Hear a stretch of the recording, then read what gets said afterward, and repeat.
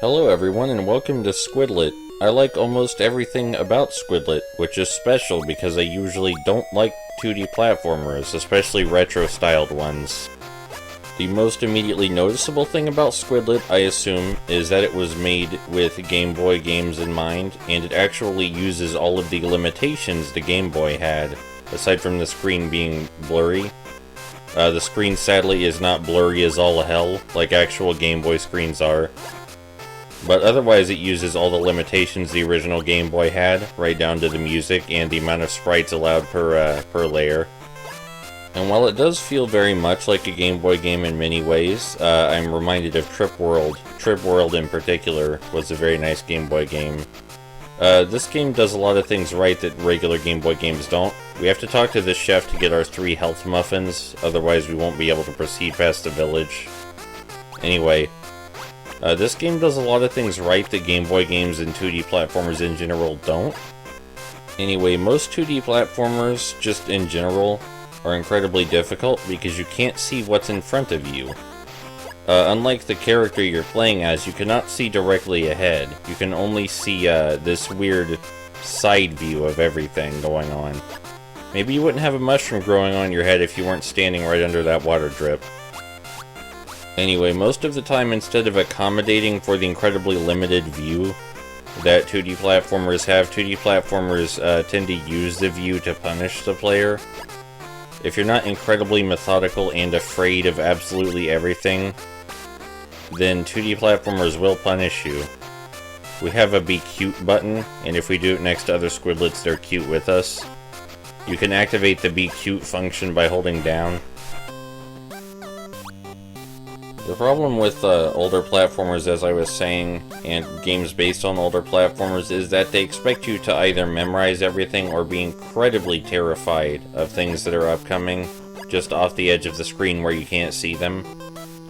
And being terrified only helps during the main platforming segments generally in these kinds of games. Being terrified won't help you with bosses because the bosses come at you too fast and too hard. And the games are incredibly shameless about being way too difficult, so that way you can't beat the game with a rental. That was the idea, was that you didn't want the kid to beat the game while renting it. Who cares about integrity and game design and making the game enjoyable to play? Just, you can't let that kid beat it in a rental. He has to spend 2 weeks practicing it before he can finish the game. That's how you make good 2D platformers, apparently. The problems with perspective and incredible difficulty were even more noticeable on portable game consoles where the screens were very blurry, and any kind of large sprites meant it was very difficult to see anything because of the very small screen. But Squidlit's not like most 2D platformers. Squidlit is not about trial and error memorization, and you don't need to be afraid of everything. You can, in fact, walk forward in Squidlit without being terrified. I know that sounds incredible, but I assure you it's the truth. I meant to destroy that rod before it shot lightning, but I should have just not jumped up, and I would have been fine.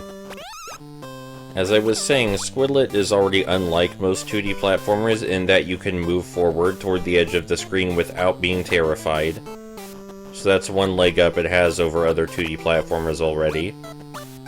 Another benefit is the way the enemy patterns work. Each enemy has a unique function and unique pattern to it, and the patterns are simplistic. There's a hidden muffin up there. We didn't need it, but now we need it. We can just scoot right under this guy and grab it without triggering him. Anyway, as I was saying, all the enemies have a unique ability and a unique pattern to them, and it's very easy to recognize that pattern upon your first encounter with them. So that way when you see them in the future, it's just nature how to overcome them. You recognize their simplistic abilities immediately upon seeing them, so the next time you see them, overcoming them is incredibly easy, incredibly simple. And that way when they get mixed together, it's still easy enough to overcome them. It helps that Squidlit is an unusually agile protagonist for a 2D platformer, especially one that's emulating old games. His moveset is very limited, as you may have noticed he can only shoot ink below him, but shooting ink gives him a slight boost and he can shoot it multiple times to hover, which adds more nuance to the platforming than many older platformers, and I'm all about simple nuances. I believe the original team of designers for Sonic put it best when they said elegance in simplicity. That was a phrase they used to describe their 2D game Pinobi, which is available for the PS1 and I think the Game Boy Advance. But yeah, I think that's the best way to put this game, Squidlit. Elegance in simplicity. Squidlit is a very agile creature. He has a single attack, but that attack enhances his movement further, and it's rather unique, similar to the single attack you have available to you in Pinobi. Maybe Pinobi and Squidlit should get together sometime. Anyway, we learn that, right here, that the Sharkapillars, when they grow up, the adults breathe fire and spit acid. I hope we don't run into any of those. Oh hey, look, an adult. As promised, it breathes fire and spits acid. This 2D shooting section reminds me a lot of the 2D shooting sections in Kirby. It's incredibly easy. You can beat most of the bosses in this game without getting hit. This boss has a very simple bullet pattern. It fires a spread shot of fire, and it shoots homing acid bullets. Both very easy to dodge. I find the best way to dodge the acid bullets is to move to the top or bottom of the screen, and then move right. That's about it. This boss definitely takes the most hits, but he's really easy. You know, you think you're gonna fly into a window and then you miss. It happens sometimes. So there are occasional dialogue choices in this game. They're just for humor, really. They don't have much impact on anything. So this game doesn't really have levels, at least not in an obvious sense. The game is continuous. It's only around 30 minutes long, though. At least your first time through, it's only around 30 minutes long. I can't imagine that if someone were playing this game, they wouldn't have enough patience to finish it. It's a very easy game, very lenient on the player. As I said, the enemy patterns are very simple, very easy to overcome.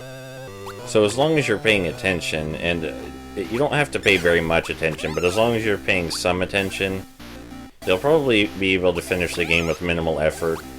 I say this as someone who's very bad at 2D platformers. I beat this game on my first try. This is my second playthrough, by the way, but I beat this game on my first try because as soon as I saw the enemies, I knew immediately how to deal with them. Like that guy that just charges straight forward. And as soon as I learned how to deal with the enemies, that was it. I figured out their patterns for the rest of the game. And I felt confident in proceeding forward. This guy drops muffins in case we've been hit, but we haven't. That brings me to something else about Squidlit that may or may not be good.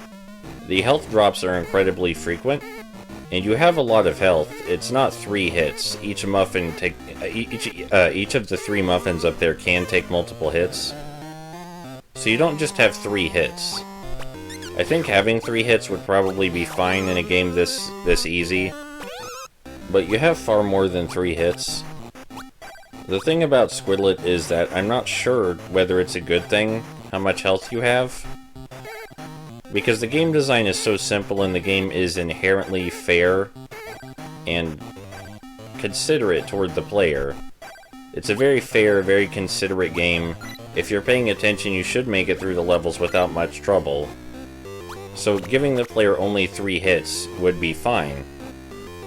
But not only do you have more than 3 hits, but there are health drops absolutely everywhere. There's a ton of muffins scattered everywhere. It's like the designers were terrified of someone not enjoying Squidlit, so they added health drops all over the place just in case. And I still enjoyed Squidlit anyway for its simplistic game design. I wouldn't call it challenging by any means, but it's creative. I especially enjoy the boss gimmicks. The first boss probably being my least favorite. It's too straightforward for me. But the other boss gimmicks are very creative and remind me of something like Guamon. I know that's an odd comparison to make, but they just do. This game feels surprisingly Japanese, by the way. The game design feels surprisingly Japanese. So there's a whole army here that we can easily hover jump over. I thought that was cute. I thought that was one of the best jokes in the game. So they're all ready to take us out, but we can just hover jump straight over them. Here's the second boss. So as I said, most bosses in this game can easily be beaten without getting hit. The gimmick behind this boss is that its top occasionally opens so it can shoot fire out. And the idea is to shoot ink into the top when it opens before the fire comes out. And if you get the timing right, you can shoot the ink in there without the boss ever getting out a single attack. The challenge in this boss is obviously meant to be finding out its weak point in the first place. But after you do discover its weak point, that's it. The boss becomes a piece of cake. It's actually quite a strange... Oh, by the way, this is my favorite dialogue in the game, about garbage universe. Anyway, it's quite an interesting contradiction with the rest of the game, where you see an enemy, a normal enemy, and immediately understand their gimmick and how to overcome them. But you see the bosses and you're not sure how to overcome them. Now granted, it's easy enough in my experience to figure out the boss's weaknesses, but they're all still rather clever, and if this game were released on the original Game Boy, they may not be something that people would think of. It helps that Squidlit, our character's name is not Squidlit, it's Blip. I should call our Squidlit his name, but anyway, it helps that this game's moveset is incredibly limited. You can only jump and shoot ink, so figuring out the weakness of the bosses is much easier when you only have one offensive mode. It's just about figuring out when to shoot ink exactly, and when to jump, because those are your only two options. Then again, I found that having only a couple of options doesn't prevent some people from having trouble beating bosses. Lately, I've noticed that's a thing. Even if you're given only, say, 2 methods of attack, sometimes people will just bash their head against a wall trying the same method of attack over and over, even when it doesn't work, instead of trying an alternate method. But Squidlit removes that problem by only giving you 1 attack, so even those people should be able to figure this stuff out. It's a very lenient game, a very understanding game, very considerate game. You may have noticed earlier that we had to destroy a certain number of enemies to get the hovercraft. Now we have to destroy a certain number of enemies again in this library labyrinth. This is the last time in the game we have to perform this objective, and I'm going to be honest, I wasn't a big fan of either of these destroy all the enemy objectives when I first played the game. But then I realized, much like everything else in the game wants you to play it. It wants you to feel good about playing it, it wants you to beat it. So it's very, very lenient about the placement of these supposedly hidden enemies. Sure, this is a bit of a maze, but it's actually very hard to get lost because it's so small. And the corridors are cramped, which means you have to be more smart with your movement. You may recall back in the earlier sections of the game was far more open. So you had to be less careful about your movement, and you had more freedom. But these are cramped corridors, so you can't quite be as reckless with your movement. I say can't be quite as reckless, but you can still hop around a lot. If this game were made ages ago, I feel that there would be a much larger influx of enemies. The game wouldn't place the enemies in such a reasonable places. If this were made in the old days, the enemies would instead swarm the screen, appearing every couple of steps, making it genuinely difficult to move forward. It's not that I hate old games, it's just I have a lot of experience with them. I'm not the kind of person who forms opinions on things without experiencing them first. And I have played many, many 2D platformers. I'm still bad at them because I refuse to memorize them. And sure, I will admit that I've looked at a 2D platformer sometimes and went, ah, nah, I definitely don't want to try that. But I don't pass judgment on the game as a whole because there's the possibility I could always be wrong. But I've played enough actual old retro 2D platformers to say that on average they are unreasonably difficult and require too much memorization. And I have memorized games. I memorized tons of games I really, really enjoy. It's not that memorizing games in itself is bad, but it should be something you want to do, not something you're forced to do, I think. See, the games I memorize them because I like them. I don't memorize them because I want to like them. It seems backwards. I play a game and I'm like, this game's awesome, I should memorize it and then let's play it to show it off to its fullest. I don't go, man, I bet this game would be awesome if I did memorize it. It just seems strange to me.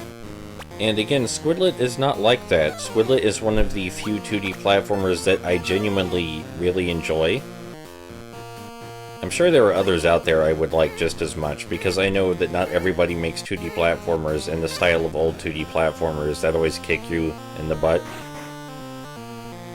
But at the same time, the genre of 2D platformers has become a little bit of a hazard for me. Because I want to play more 2D platformers, especially creative ones, but there's always that fear that it's going to turn out to be another Amagon. And I don't want to play Amagon again. Squidlit's here to prove to me that you can be reasonable and still make a retro-inspired 2D platformer. I love these books that you can use to get muffins, how muffins just pop straight out of the books. I'd like to see the catapult explain that one, the muffin catapult from earlier in the game. Squidlit may be a little too reasonable in some respects. As I said, there's health scattered absolutely everywhere, but it is reasonable. And that's what I appreciate most about it. It's a very reasonable game. Second thing I appreciate most is the boss gimmicks. Third thing I appreciate most is Squidlit's agility. So this is the boss, and we fall into the book at the beginning. This is actually a hint about how to fight the boss. Whenever the boss lands, a weapon will come out of it, and that's our chance to jump into the book. And when we jump into the book, we can disable the weapon it's about to use by finding the weapon, like the bomb here, and inking it, so that way the weapon becomes disabled. Again, the challenge in this boss is not actually fighting it, it's rather figuring out the gimmick, and then after you figure out the gimmick, the boss becomes cake. For example, we saw it's about to use the wand, so we jump over here and ink the wand, and now it can't use the wand anymore.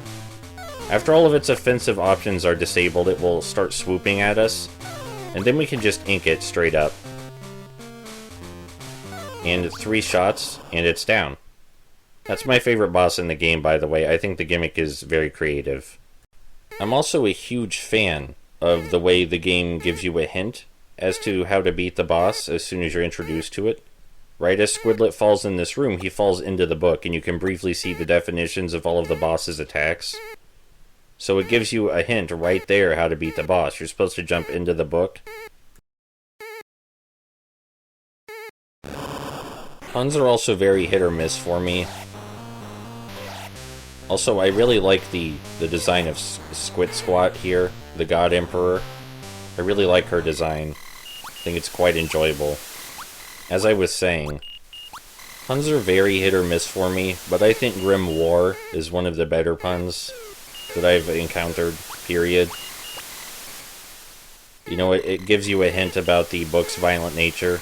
If we say maybe we're Squidlit, this guy charges at us, but we can just jump straight over him. So this is the final location in the game, and it's probably my favorite because of the puzzles it has. None of the environments in this game look particularly great, but it is emulating a Game Boy game. You can only do so much in a Game Boy game. None of the environments in Game Boy games are outstanding. Correct me if I'm wrong, but I feel like that's something the Game Boy games struggled with. So we need to lure this eyeball creature over to the switch. He'll stand on it, which allows us to bypass the gate. If we were to stand on the switch ourselves, the switch would untrigger as soon as we stepped off of it, making the barrier go back up. So we needed to make that eyeball creature stand on the switch for us. It's a puzzle you've seen in plenty of other games, you know. When you get off the switch, the barrier goes back up, so you need something to hold it in place.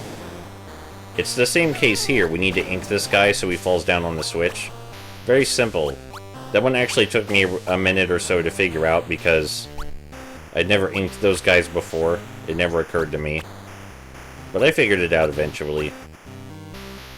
Anyway, this is already the final location, as I said, and I think it would be very difficult not to have the patience to finish the game.